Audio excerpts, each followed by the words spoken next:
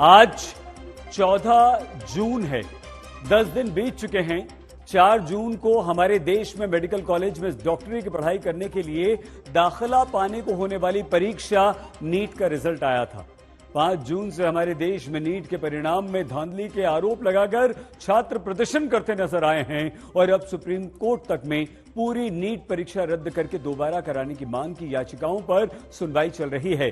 लेकिन दिन प्रतिदिन जहां एनटीए और सरकार कहती है कि नीट में सब कुछ ठीक है, तब रोज नए ऐसे आरोप सामने आते हैं जो शंकाएं बढ़ा देते हैं। पहले एनटीए के अधिकारी कहते रहे कि ग्रेस नंबर देने में कोई चूक नहीं हुई, लेकिन फिर वही एनटीए सुप्रीम कोर्ट में जाकर यह कहता है कि ग्रेस नंबर से शंका बढ़ी है और इसीलिए ग्रेस नंबर पाने वालों को दोबारा परीक्षा 23 जून को देनी होगी या फिर बिना ग्रेस नंबर के उनका स्कोर कार्ड जारी कर दिया जाएगा। एनटीए कहता है कि सिर्फ 6 सेंटर पर चूक हुई और कहीं कोई गड़बड़ी नहीं हुई, लेकिन बिहार और गुजरात में पेपर लीक को परीक्षा में नकल कराने के आरोप लगते रहे हैं। एनटीए कहता है कि पेपर लीक के आरोप आधारहीन हैं, कहीं कोई पेपर लीक नहीं हुआ, जबकि पटना में दावा होता है कि नीट के एग्जाम से ठीक पहले पेपर लीक कराकर उसके जवाब यानी कि उत्तर छात्रों को रटाए जा रहे थे। नीट कहता है कि वो पेपर लीक या नकल से जुड़े हर केस की जांच में राज्य सरकार की जांच एजेंसी की पूरी मदद कर रहा है, लेकिन कम से कम 3 हफ्ते हो चुके हैं और दावा है कि पटना में जांच के लिए मांगे जाने वाले असली प्रश्न पत्र की कॉपी तक एनटीए ने अभी तक नहीं भेजी है। और तब दस्तक देता हुआ यह प्रश्न खड़ा होता है कि क्यों नहीं हम ये माने कि अब भी एनटीए की तरफ से आरोपों के दाग मिटाने की जगह सिर्फ और सिर्फ उन पर मिट्टी डालने का प्रयास किया जा रहा है, जिससे दाग और गहरे होने की आशंका जन्म लेने लगती है। केंद्रीय शिक्षा मंत्री धर्मेंद्र प्रधान पूरी कोशिश से सबको ये भरोसा देने में जुटे हैं कि नीट देने वाले बच्चों का परीक्षा पर विश्वास टूटने नहीं देंगे। शुक्रवार को कई छात्रों और अभिभावकों से शिक्षा मंत्री मुलाकात करते हैं। इस मुलाकात से पहले देश का शिक्षा महकमा संभालने वाले मंत्री ये कह चुके हैं कि छात्रों के हित सुनिश्चित करेंगे, किसी भी बच्चे के करियर के साथ खिलवाड़ नहीं होगा। सुप्रीम कोर्ट के निर्देशानुसार जो भी जरूरी कदम है वो उठाए जाएंगे। इन सब के बावजूद देश की राजधानी दिल्ली से लेकर अलग अलग शहरों में अब भी नीट परीक्षा की पवित्रता पर उठता सवाल शांत नहीं हुआ है। नीट में बहुत बड़ा स्कैम हुआ है और हमारी एक ही मांग है कि जो स्कैम हुआ है उस पर सीबीआई जांच की जाए और जो स्टूडेंट की मांग है कि नीट की जो एग्जाम है वो वापस ली जाए, जिससे जो मेहनत करने वाले बच्चे हैं उसको न्याय मिले। आप एग्जाम लेते हो और उसमें कॉपी चलाते हो, इसमें अगर जो सच्चाई से मेहनत करता है उसे कितना बुरा लगेगा। बुरा लगने का सोचो, उसकी मेहनत के मार्क्स है वो। आप दूसरे को पैसे लेके डिग्री देते हो, डिग्री देना कहेंगे ना इसे। संस्था द्वारा जो एग्जाम करवाया गया है, इन्होंने किसी भी प्रकार की जाँच नहीं की है। उसके बाद ये कह दी कहीं भी किसी भी तरीके का घोटाला नहीं हो। नीट देने वाले लाखों छात्रों को अब भी ये लगता है बिना पेपर लीक या किसी और तरीके की धांधली के ऐसा हो ही नहीं सकता कि इस बार उतने ही नंबर पर रैंकिंग इतनी नीचे चली जाए जितने नंबर पर पहले अच्छे सरकारी कॉलेज में दाखिला मिल जाता था। क्या ग्रेस नंबर के बाद एनटीए ये भी मानेगा कि पेपर लीक हुआ था? क्या नीट के पेपर में खाली ओएमआर शीट छोड़ देने के बाद उसे बाद में भरवा देने की डील हो रही थी? क्या नीट परीक्षा में नकल कराने का रास्ता खुला हुआ था? लेकिन एनटीए के अधिकारी हो या फिर देश के शिक्षा मंत्री फिलहाल पेपर लीक या नकल से सीधे इनकार करते हैं। पेपर लीक नहीं हुआ है, इस निष्कर्ष पर आप कैसे पहुंचे हैं? क्या अपनी तरफ से आपने जांच एजेंसियों से बातचीत की है या अपनी खुद की कोई इन्वेस्टिगेशन आप लोग कर रहे हैं? निष्पक्षता क्यों? जांच एजेंसी मैंने कहा 4750 के अंदर में 2 जगह की इस प्रकार की खबरें आई है। दोनों के अलग अलग काम है, दोनों में पेपर लीक वगैरह के विषय नहीं है। एक में कुछ आपत्ति है, दूसरे में कुछ आपत्ति है। वहां की स्थानीय एजेंसी काम कर रहा है। इसके सर्वोपरि सुप्रीम कोर्ट की नजर में 8 जुलाई को सुप्रीम कोर्ट की भारत सरकार को भी नोटिस है। हम अपना पक्ष रखेंगे। मैं आज ही आपके माध्यम से आश्वस्त करना चाहता हूं, सारे विद्यार्थियों के हितों को सुरक्षित रखा जाएगा। पेपर लीक विषय है या नहीं, यह निर्णय कौन करेगा? जांच एजेंसी या फिर सीधे क्लीन चिट दे दी जाएगी। फिलहाल दिखता तो यही है कि हमारे देश में बहुत महत्वपूर्ण परीक्षाएं आयोजित कराने का जिम्मा जिस एनटीए के कंधों पर है, वो अपनी जिम्मेदारी ढंग से निभाने की जगह सिर्फ पल्ला झाड़ने में जुटा है। कारण के लिए दो वीडियो एक साथ आप यहां पर देखिए। मेरी एक तरफ गुजरात के गोधरा की खबर है और दूसरी तरफ बिहार के पटना की। ये वो दो राज्य हैं जहां गोधरा में आरोप लगा कि नीट परीक्षा के एक सेंटर पर सेंटर सुपरवाइजर और प्रिंसिपल ने मिलकर 30 अभ्यर्थियों को नकल करा के पास कराने के बदले प्रति छात्र 10 लाख रुपए लिए थे। वहीं पटना में आरोप है कि नीट का पेपर लीक करा के उसके जवाब रटाए जा रहे थे और इसके लिए दावा है कि प्रति छात्र 30 से 40 लाख रुपए की डील हुई थी। दोनों जगह पर स्थानीय पुलिस जांच में जुटी है और तब दस्तक देता हमारा सवाल यह है कि अगर पेपर लीक और नकल के आरोप पर जांच अभी जारी है तो क्लीन चिट देने में इतनी जल्दबाजी क्यों है? क्या एनटीए अपने सिस्टम की खामी दूर करने की जगह सिर्फ अपने सिस्टम को और भ्रष्ट लोगों को बचाने में जुटा हुआ है?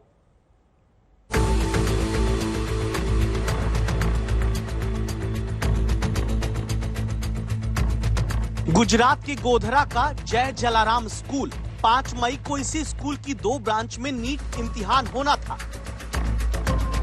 उससे ठीक पहले पंचमहल जिले के कलेक्टर को मिली एक गुप्त सूचना के आधार पर पुलिस तुषार भट्ट नाम के टीचर की कार से 7 लाख कैश बरामद करती है। फिर गुजरात के गोधरा के इस स्कूल में नीट परीक्षा के दौरान एक बहुत बड़ी नकल की डील का दावा सामने आता है, जिसके ये 5 आरोपी अभी पुलिस की गिरफ्त में हैं। इनके नाम जान लीजिए। तुषार भट्ट स्कूल में परीक्षा का सुपरवाइजर जो बनने वाला था, पुरुषोत्तम शर्मा स्कूल का प्रिंसिपल, परशुराम रॉय ओवरसीज का मालिक, विभोर आनंद पुरुषोत्तम का साथी, आरिफ वोरा बिचौलिया। अब देखिए इनके पास से क्या मिला। नीट में नकल कराने के बदले खाली चेक, नीट में नकल कराने के बदले भरे हुए 2 करोड़ 30 लाख रुपए के चेक, नीट में नकल कराने के बदले लाखों का कैश। अब जिस नीट परीक्षा को दाग रहित बताने में पूरा एनटीए 10 दिन से जुटा हुआ है, उसी परीक्षा के दौरान हुई एक नकल की डील की जांच करती पंचमहल पुलिस के एसपी हिमांशु सोलंकी को सुनिए। तपास में ये परशुराम रॉय का जब घर चेक किया गया था तो वहां से काफी मटेरियल मिला था। उसमें से जो इलेक्ट्रॉनिक जो भी डिवाइसेस थे उसको एफएसएल में हमने भेजा हुआ है। साथ में चेक्स भी काफी 8 ब्लैंक चेक्स मिले थे और दूसरे जो भरे हुए टोटल 2.30 करोड़ के 2 करोड़ 30 लाख के भरे हुए चेक भी वहां से मिले हुए थे। जितने भी चेक्स मिले हैं वो जो एक पहले लिस्ट मिला हुआ था उसमें कुछ बच्चों के नंबर से उनके और दूसरे भी जो भी मिले हैं ये चेक ये बच्चों के भी उसमें से चेक्स है, उनके पेरेंट्स के भी चेक्स है। तो हम ये मान सकते हैं कि ये जो बच्चे ये चीटिंग के लिए इन्होंने तैयार किए थे। आरिफ, पुरुषोत्तम राय, विभोर ये 3 एक कड़ी थे जिन्होंने गोधरा के जय जलाराम स्कूल में नीट परीक्षा में सुपरवाइजर बनाए गए। तुषार भट्ट से दावा है कि संपर्क साधा। दावा है कि डील ये थी कि प्रति बच्चे 10 लाख रुपए लिया जाएगा, 7 लाख रुपए पहले देना होगा, 3 लाख रुपए पेपर के बाद। काम ये होगा कि बच्चे को जितना सवाल आता है उनका वो जवाब ओएमआर शीट में भरेगा, बाकी खाली छोड़ देगा, जिससे सुपरवाइजर तुषार भट्ट बाद में सही जवाब से भरवा देगा। के जो नीट का परीक्षा केंद्र था वहां पे खुद वहां का जो असिस्टेंट सुपरिटेंडेंट या सुपरवाइजर था वो खुद 10 लाख रुपए में जो आंसर शीट है उसमें चोरी करवाया था, आंसर शीट खुद भरता था। ये पूरा मामला जो है सामने आया था और इस मामले में 5 आरोपी को पुलिस ने गिरफ्तार किया था। उनकी जो सारी जमानत याचिकाएं थी वो खारिज हो गई हैं। जितने भी लोगों ने जामीन मांगे सभी कोर्ट ने जो है खारिज कर दी है। पुलिस ने अब जो है वो एनटीए से जवाब मांगा है कि किस तरह से ये स्टाफ जो है वो पसंद किया गया था और किस तरह से ये केंद्र जो है वो मंजूर किया गया था, क्योंकि ये केंद्र के सामने भी काफी सवाल उठ रहे हैं क्योंकि इस केंद्र को कैसे मंजूरी मिली और वहां का जो स्टाफ था, क्योंकि ये पूरा रैकेट कैसे चल रहा था, क्योंकि गुजरात और गुजरात के बाहर के 30 अलग अलग विद्यार्थियों ने जो है वो 10-10 लाख रुपए देकर इस परीक्षा में पास होने के लिए जो है वो डील की थी। एनटीए से हमने काफी डिटेल्स मांगी हुई है और हमारी एक टीम वहां पे गई भी हुई है। उसमें एक तो ये पूरी एग्जाम क्या कंडक्ट करने की पूरी प्रोसेस है, उसके बारे में हमने माहिती मांगी है। इधर का जो उनका स्टाफ है, ये एग्जाम के लिए इन्विजिलेटर से लेके दूसरे जो भी ऑब्जर्वर सबको उन जो यहाँ पे निमणूक करते हैं उसका पूरा प्रोसेस क्या रहता है वो भी मांगा गया। कहने को एनटीए कह सकता है कि यहाँ नकल कहाँ हो पाई, उससे पहले ही पंचमहल पुलिस ने पकड़ तो लिया, लेकिन सवाल ये कि जैसे गोधरा के 2 सेंटर की तरह यहाँ नकल का इंतजाम हुआ, क्या नकल का रास्ता और जगह नहीं खुला होगा? गोधरा के सेंटर पर नकल से पहले धरपकड़ हुई, बाकी सेंटर की गारंटी कौन लेगा? क्या नीट परीक्षा में सेंटर सुपरवाइजर के साथ मिलकर ओएमआर शीट को बाद में भराया जा सकता है? जहां भी आप कह रहे हैं झज्जर में, गोधरा में, पटना में, जहां पर कार्रवाई भी चल रही है, क्या इन लोगों पर स्थानीय लेवल पर एनटीए की तरफ से कोई कार्रवाई होगी? क्या इन सेंटर्स को बैन किया जाएगा या ऐसा कुछ? देखिए, भारत सरकार प्रतिबद्ध है, किसी भी प्रकार की गड़बड़ करने वाला व्यक्ति को बख्शा नहीं जाएगा, कार्रवाई भी होगी। अगर एक सेंटर का सुपरवाइजर 30 बच्चों के दावे के अनुसार यह कहता है कि तुम पैसा दो और फिर खाली ओएमआर छोड़ दो, मैं भरवा दूंगा, तो क्या ये और भी सेंटर पर नहीं हुआ होगा? इस सवाल के बीच ही दस्तक तो पेपर लीक की आशंका की भी है, लेकिन यहां भी एनटीए सीधे इस पेपर लीक के दावे को खारिज करता है। जबकि आप बड़ी स्क्रीन पर अब देखिए, यह पटना में 5 मई को होने वाली नीट परीक्षा से ठीक पहले पुलिस को एक छापे में मिले प्रश्न पत्र का जला हुआ टुकड़ा है जो हम आपको दिखा रहे हैं, जिसे दावा है कि कुछ लोगों ने 30 से 40 लाख रुपए में नीट के अभ्यर्थियों को देने के लिए लीक कराया, और दावा यह भी है कि इसी लीक पेपर से जवाब छात्रों को रटाए जा रहे थे, लेकिन उससे पहले पुलिस पहुंच गई। आरोपी ने पेपर जला दिए, 4 अभ्यर्थी समेत 13 लोगों को पटना पुलिस पकड़ लेती है।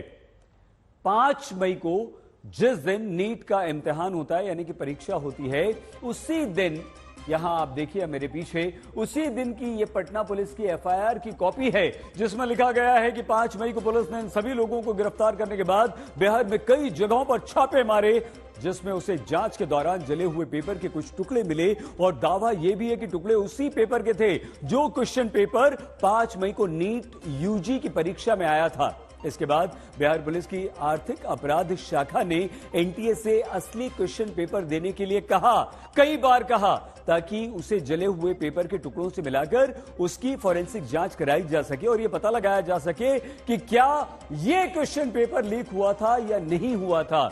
लेकिन दावा है कि अब तक एनटीए ने बिहार पुलिस को असली क्वेश्चन पेपर की कॉपी नहीं दी है, जिससे जांच अभी बीच में ही रुकी हुई है। यह है एनटीए का रवैया। राज्यों की पुलिस ने भी एफआईआर की थी, तो जिन राज्यों की हैं हम उनको इन्वेस्टिगेशन में पूरा सहयोग कर रहे हैं। जो डेटा इंफॉर्मेशन हमसे मांग रहे हैं, we will provide all these things. जो हमसे रिकॉर्ड्स मांगेंगे, we are very transparent, we will provide all the information, we have nothing to hide. Bihar में ऐसा बताया जा रहा है, हमारे पास कोई जानकारी नहीं है। मैंने उस रीट पिटीशन को अनुध्यान कराया, कोई भी एक भी जगह पे प्रमाण नहीं है। एक एलिगेशन पेपर लीक हुआ है, कहाँ है प्रमाण हुआ है? कोई 1-2 चीजों की न्यूज आइटम पे अगर प्रमाण आधारित होता है तब कोर्ट उसको विचार करेगी, सरकार अपना पक्ष रखेगी, वो कोर्ट में 8 जुलाई को चर्चा भी होगी।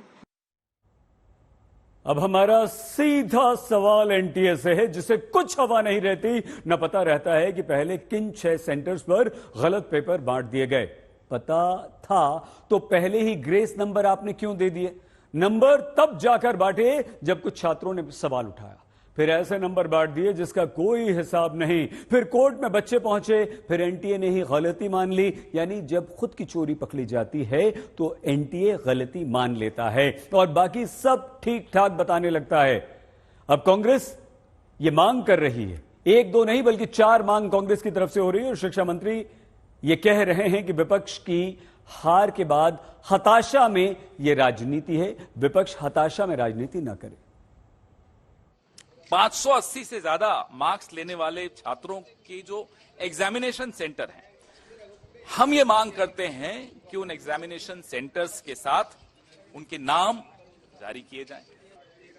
दूसरी हमारी मांग ये है कि जो 12वीं के बोर्ड के मार्क्स का मिलान नीट के टॉपर्स के साथ किया जाए।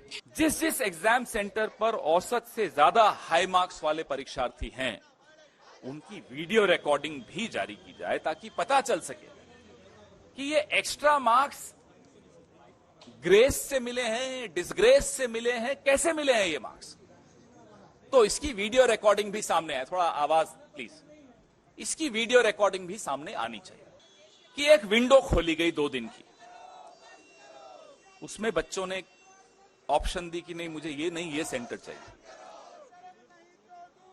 बिहार का एक बच्चा गुजरात के सेंटर में एग्जाम देने जाए, वो भी उस विंडो का फायदा उठाते हुए बोले नहीं मुझे ये नहीं, बिहार का सेंटर नहीं चाहिए, गुजरात का सेंटर चाहिए, 1500 किलोमीटर दूर का सेंटर चाहिए। ऐसे कई उदाहरण हैं। हम ये भी मांग करते हैं कि उन तमाम बच्चों की सूची भी सार्वजनिक की जाए जिन्होंने इस विंडो का लाभ उठाते हुए अपने सेंटर्स बदले। लगातार तीसरी बार हारने के कारण वो कुंठित हो गए हैं, इसलिए उनको अपना काम करने दो। हम तो विद्यार्थी और उनके अभिभावकों को आश्वस्त करना चाहते हैं, सरकार उनकी हितों के लिए ही है।